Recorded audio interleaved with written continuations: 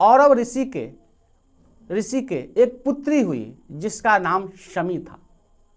शमी का लालन पालन बड़ा प्रेम से किए और जब युवा अवस्था हो गया तो अपनी पुत्री का विवाह धौम्य ऋषि के पुत्र मदार से कर दिया गया।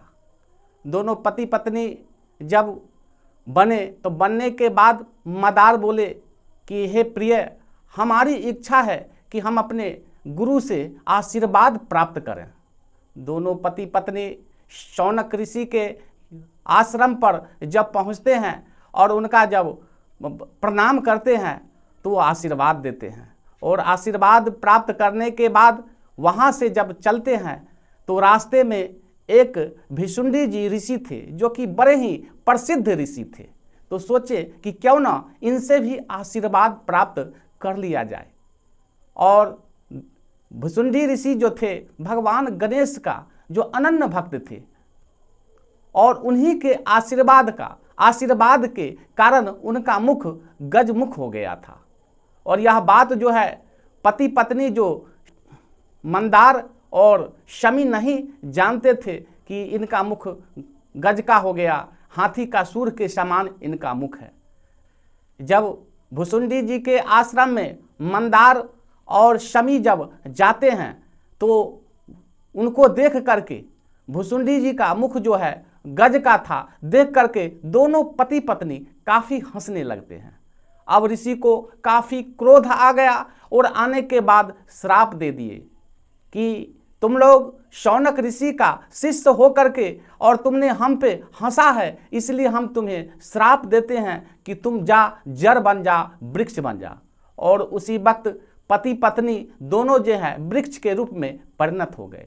समय व्यतीत हुआ, कुछ दिन के बाद जब उनका पुत्र और पुत्रवधू जब औरव ऋषि के कुटिया पर नहीं पहुंचते हैं तो उनको काफ़ी चिंता होता है और अपने पुत्र और पुत्रवधू को खोजते हुए अपने सभी जगह जाते हैं। और जाने के बाद वहाँ शौनक ऋषि के कुटिया पर भी गुरुकुल में भी पहुँचते हैं और जाकर के जब पूछते हैं तब कहते हैं कि हाँ, यहाँ तो हमारा शिष्य आया था, मदार आया था, लेकिन आशीर्वाद प्राप्त करके यहाँ से चला गया।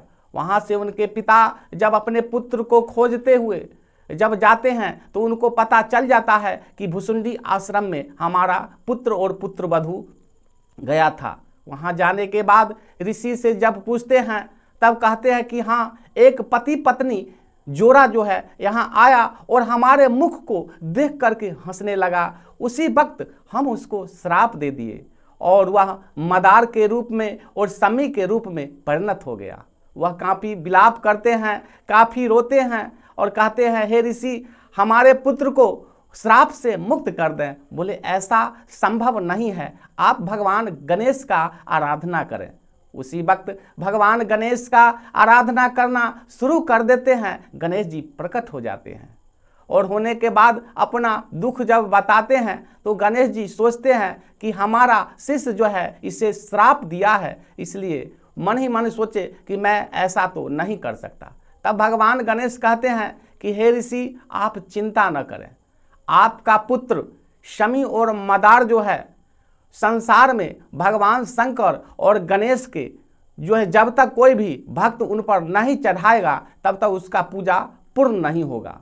और उसी के बाद जो है कोई भी संसार का भक्त अगर भगवान शंकर पर और भगवान गणेश पर जब इसको चढ़ाया जाता है तो इससे वो काफ़ी खुश होते हैं और उसके घर में रिद्धि सिद्धि की कभी कमी नहीं रहता, वह धन्य धान से पूर्ण हो जाता है। आप लोग जो है शमी का आप वृक्ष लगाते हैं, लेकिन लगाने का भी तरीका है।